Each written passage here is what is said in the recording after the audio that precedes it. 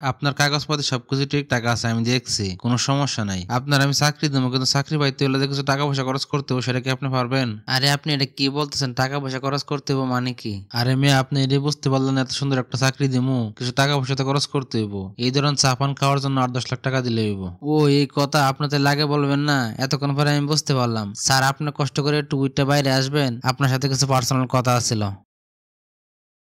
তুমি কিন্তু এই কাজটা ঠিক করলা না। আমার অফিসে ঢুকে তুমি আমার গায়ে হাত তুললা। তোমার সাহসটা কিন্তু বেশি হয়ে গেল একটু। স্যার, দেশটা কি আপনার বাপের আর সরকারটা কি আপনার বাপ? আগের নিয়ম কানুন সবকিছু ভুইলা যান, বর্তমানের নিয়ম কানুন অনুযায়ী চলেন। কে আপনি কি এই কথাটা শুনেন নাই? বর্তমানে ঘুষ চাইলে কারণ আছে থাপ্পড় দিয়ে কান টসা লাগাইতে বলছে। আপনাদের মতন কিছু ঘুষখোরের কারণে দেশটার আজকে এই অবস্থা। আপনাদেরকে চাকরি থেকে বাদ দিয়া এখানে ভালো সৎ লোক এনে বসাইলে দেশটা আরো সুন্দর হইব। আসলে হয়েছে কি, তুমি তো আমার ছেলের মতো নেই, তুমি আমার ক্ষমা করে দাও। আসলে আগের চরিত্রটা পাল্টাইতে সময় লাগতেছে, চাইলেও পাল্টাইতে পারতেছি না। তুমি আমার ক্ষমা করে দাও, আমি আর এসব কাজ করবো না। আমি আজকে তোমার কাছে কথা দিতেছি, আর কারো কাছে কোনোদিন টাকা পয়সা দাবি করবো না। যার যে যোগ্যতা আছে সেই যোগ্যতা অনুযায়ী তারা সেই যোগ্য পদে আমি বসাই দিবো। আর শোনো বাবা, তুমি কালকে থেকে অফিসে জয়েন করো। তোমার মতন এত সৎ আদর্শ ভালো মানুষের দরকার আমাদের এই দেশটার মধ্যে বর্তমানে। শুনেন, বাড়ির জায়গায় একটা ক্যালেন্ডারের মধ্যে সুন্দর করে দাগ দিয়ে রাখবেন। আজকের এই দিনটার কথা যেন সারা জীবন মনে থাকে আপনার, কোনোভাবে যাতে না বলেন। ঠিক আছে বাবা, তুমি আমার আর লজ্জা দিও না।